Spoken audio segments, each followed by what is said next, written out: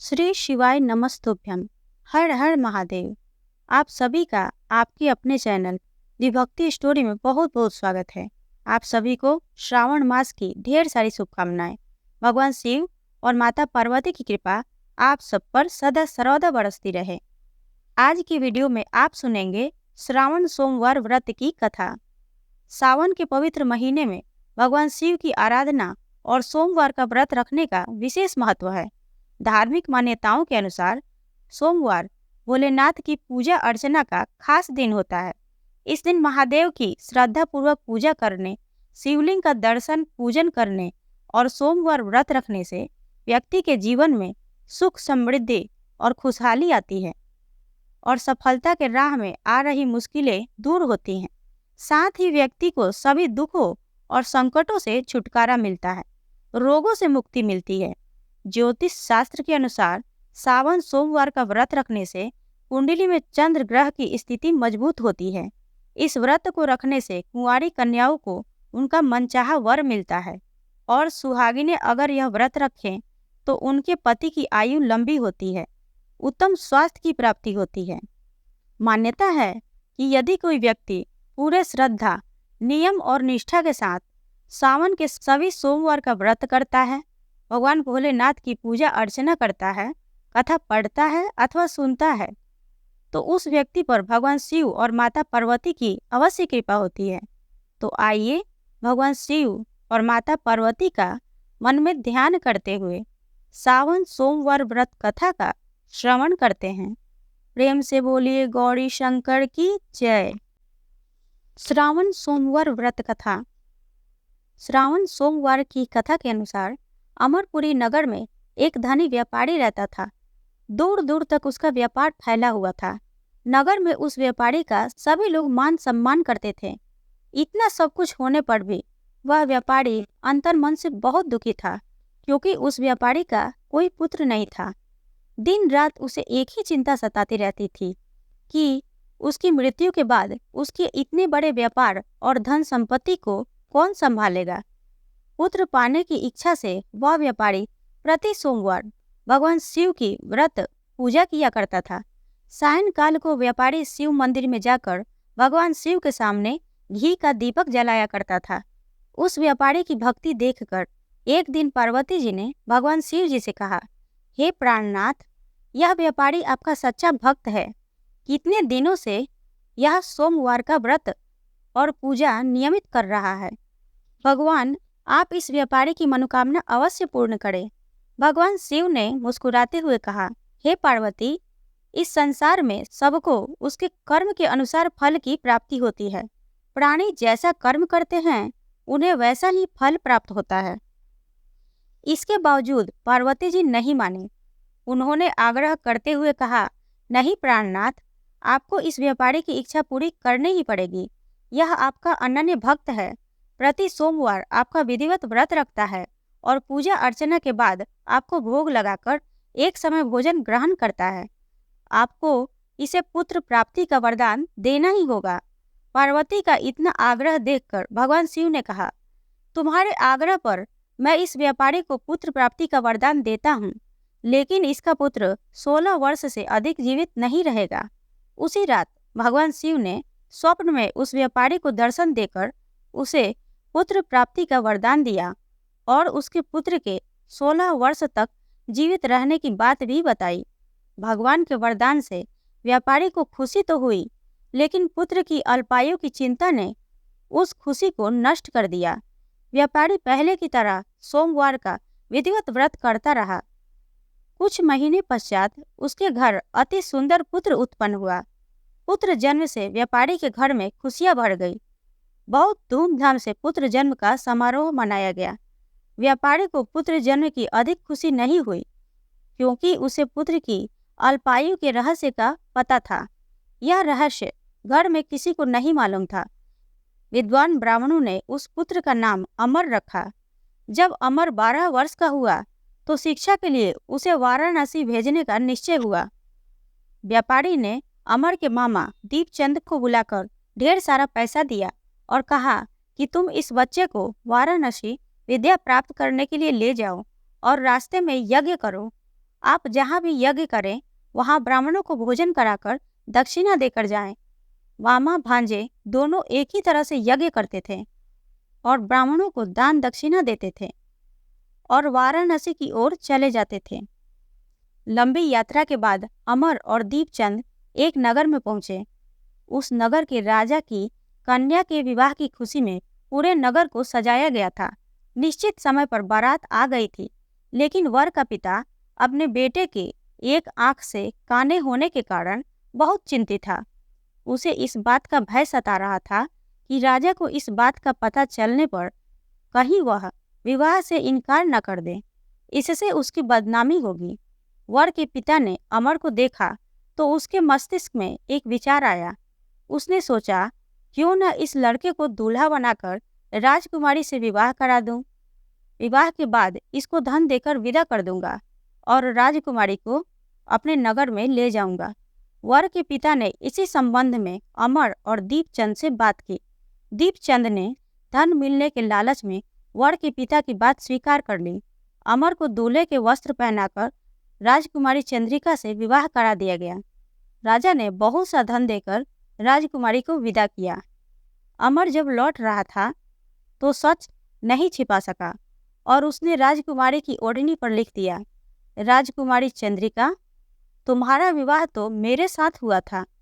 मैं तो वाराणसी में शिक्षा प्राप्त करने जा रहा हूँ। अब तुम्हें जिस नव युवक की पत्नी बनना पड़ेगा वह कान्हा है। जब राजकुमारी ने अपनी ओढ़नी पर लिखा हुआ पढ़ा तो उसने काने लड़के के साथ जाने से इनकार कर दिया।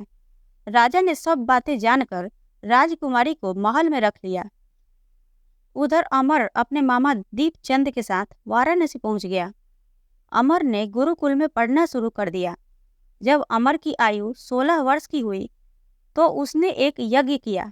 यज्ञ की समाप्ति पर ब्राह्मणों को भोजन कराया और खूब अन्न वस्त्र दान किए। रात को अमर अपने शयन कक्ष में सो गया। शिव के वरदान के अनुसार शयना अवस्था में ही अमर के प्राण पखेरु उड़ गए। सूर्योदय होने पर मामा दीपचंद अमर को मृत देखकर रोने पीटने लगा। आसपास के लोग भी एकत्र होकर दुख प्रकट करने लगे।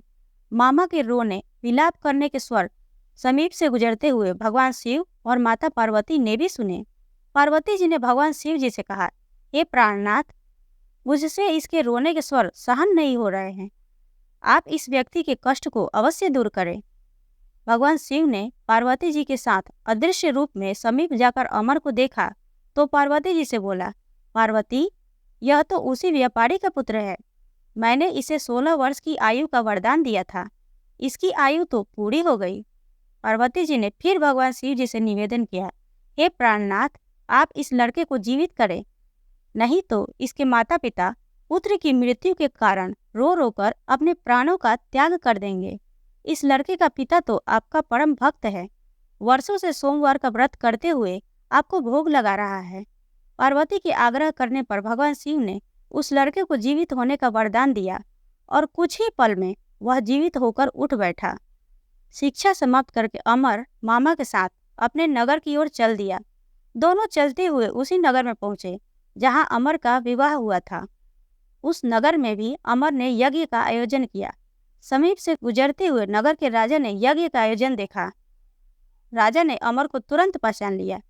यज्ञ समाप्त होने पर राजा अमर और उसके मामा को महल में ले गया और कुछ दिन उन्हें महल में रखकर बहुत सा धन वस्त्र देकर राजकुमारी के साथ विदा किया। रास्ते में सुरक्षा के लिए राजा ने बहुत से सैनिकों को भी साथ भेजा। दीपचंद ने नगर में पहुंचते ही एक दूत को घर भेजकर अपने आगमन की सूचना भेजी। अपने बेटे अमर के जीवित वापस लौटने की सूचना से व्यापारी बहुत प्रसन्न हुआ। व्यापारी ने अपनी पत्नी के साथ स्वयं को एक कमरे में बंद कर रखा था। भूखे प्यासे रहकर व्यापारी और उसकी पत्नी बेटे की प्रतीक्षा कर रहे थे। उन्होंने प्रतिज्ञा कर रखी थी, यदि उन्हें अपने बेटे की मृत्यु का समाचार मिला तो दोनों अपने प्राण त्याग देंगे। व्यापारी अपनी पत्नी और मित्रों के साथ नगर के द्वार पर पहुंचा। अपने बेटे के विवाह का समाचार सुनकर पुत्रवधू राजकुमारी चंद्रिका को देखकर उसकी खुशी का ठिकाना न रहा। उसी रात भगवान शिव ने व्यापारी के स्वप्न में आकर कहा, हे श्रेष्ठी, मैंने तेरे सोमवार व्रत करने और व्रत कथा सुनने से प्रसन्न होकर तेरे पुत्र को लंबी आयु प्रदान की है। व्यापारी बहुत प्रसन्न हुआ। सोमवार का व्रत करने से व्यापारी के घर में खुशियां लौट आई। शास्त्रों में लिखा है कि जो स्त्री पुरुष सोमवार का विधिवत व्रत करते हैं और व्रत कथा सुनते हैं तो उनकी सभी इच्छाएं भगवान शिव और माता पार्वती की कृपा से पूरी होती है।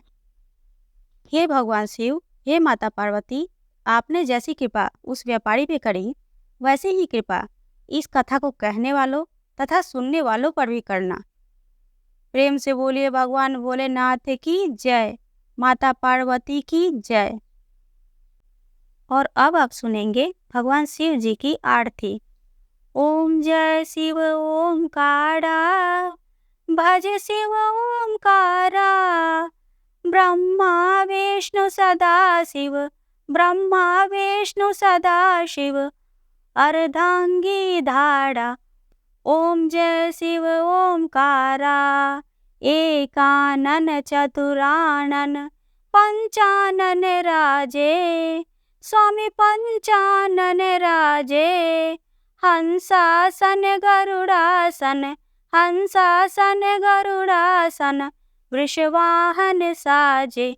ओम जय शिव ओमकारा, दो भुज चार चतुर्भुज, दस भुज अति सोहे, स्वामी दस भुज अति सोहे, तीनों रूप निरखते, तीनों रूप निरखते, त्रिभुवन जन मोहे।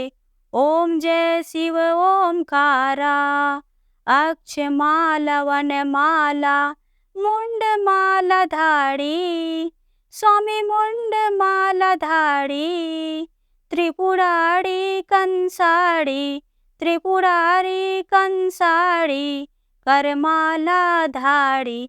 ओम जय शिव ओमकारा, श्वेतांबर पीतांबर, बाघांबर अंगे, स्वामी बाघांबर अंगे, सनकादिक ब्रह्मादिक, सनकादिक ब्रह्मादिक, भूतादिक संगे। ओम जय शिव ओमकारा, कर के मध्य कमंडल, चक्र त्रिशूल धारी, स्वामी चक्र त्रिशूल धारी, सुखकारी दुखहारी, सुखकारी दुखहारी, जगपालन कारी। ओम जय शिव ओमकारा, ब्रह्मा विष्णु सदा शिव, जानत अविवेका, स्वामी जानत अविवेका, प्रणवाक्षर में शोभित, प्रणवाक्षर में शोभित, ये तीनों एका। ओम जय शिव ओमकारा, त्रिगुण स्वामी की आरती जो कोई नर गावे, स्वामी जो कोई नर गावे, कहत शिवानंद स्वामी, कहत शिवानंद स्वामी, सुख संपत्ति पावे। ओम जय शिव ओमकारा, ओम जय शिव ओमकारा, भज शिव ओमकारा, ब्रह्मा विष्णु सदा शिव, ब्रह्मा विष्णु सदा शिव, अर्धांगी धारा। ओम जय शिव ओमकारा। प्रेम से बोलिए भगवान भोलेनाथ की जय, माता पार्वती की जय। आशा करती हूँ कि आप सबको यह वीडियो पसंद आई होगी। अगर आप सबको यह वीडियो पसंद आई हो तो वीडियो को लाइक करें, शेयर करें, चैनल को सब्सक्राइब जरूर करें, साथ ही बेल आइकन घंटी को दबाएं जिससे मेरी अगली आने वाली वीडियो का नोटिफिकेशन आपको समय से प्राप्त हो। और कमेंट बॉक्स में हर हर महादेव अवश्य लिखें। मिलते हैं अगले वीडियो में, तब तक के लिए जय श्री राधे।